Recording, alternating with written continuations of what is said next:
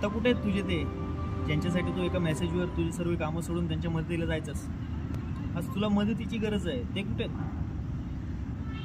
आणि काय रे, त्यांना पाहिजे तेवढा पैसा तू त्यांना द्यायचाच ना जेव्हा त्यांना गरज लागायची.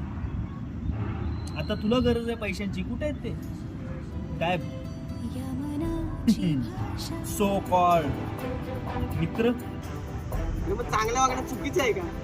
आणि माझ्या आईने शिकवलं सगळ्यांशी चांगलं वागायचं आणि मित्रांशी चांगलं वागणार.